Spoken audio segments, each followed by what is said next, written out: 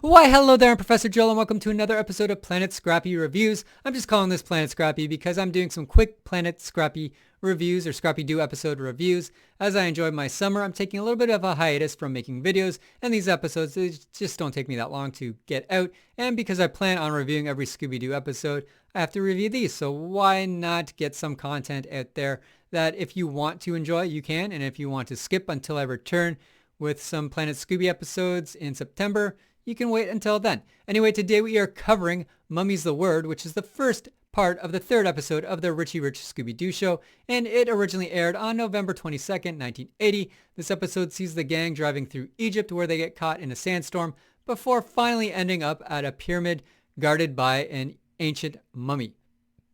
Mummy's the Word is a clever play on the phrase Mum's the Word, but should Mum's the Word apply to this episode, or will it actually end up being a great episode because they have a real life mummy?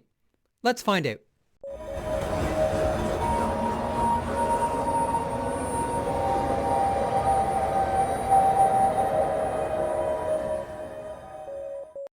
The episode begins with the gang driving the Mystery Machine through an Egyptian desert. The gang are out of water and are parched. Looking for an oasis, the gang come across a soft drink stand that turns out to be a mirage. Eventually, the gang get hit by a sandstorm that buries them in sand. When they uncover themselves, they realize they are in front of a pyramid. Curious, Scrappy runs in so Scooby and Shaggy take chase. Inside the pyramid, we see lots of cool-looking Egyptian paintings, statues, and pottery. The gang are incredibly loud and have awoken a mummy.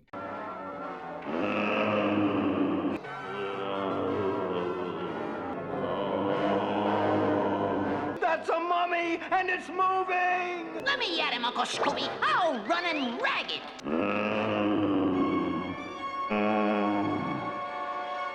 The mummy takes chase and we get lots of hijinks as the gang evade the mummy. In one scene, we even get an underground oasis with a small river that is full of crocodiles. Eventually, Scrappy unwraps the mummy, but the mummy still takes chase, only this time he is invisible. All we see are his footprints in the sand.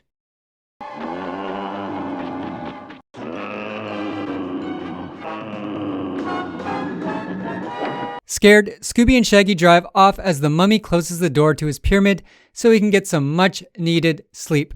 I give this episode a 2 out of 10. The mummy design is cool and the pyramid interior is fun as well, but I just didn't love this episode. I found it a little bit middle of the road for at least a Scrappy episode, but it was still quick and entertaining to watch, so yeah, it's 2 out of 10. It's not bad. I mean, for selling cereal and cartoons and comic books and toys and fast food and candy, this episode did the job, right?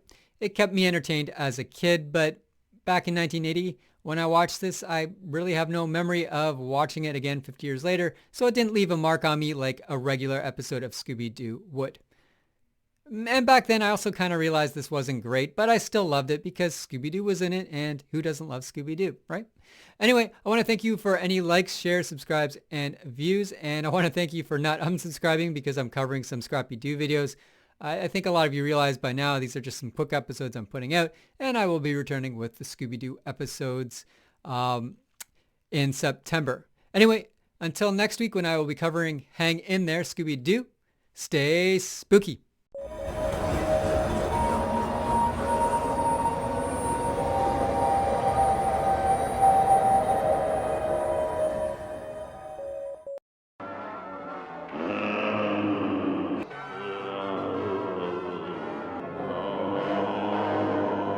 That's a mummy, and it's moving! Let me at him, Uncle Scooby. I'll run and ragged.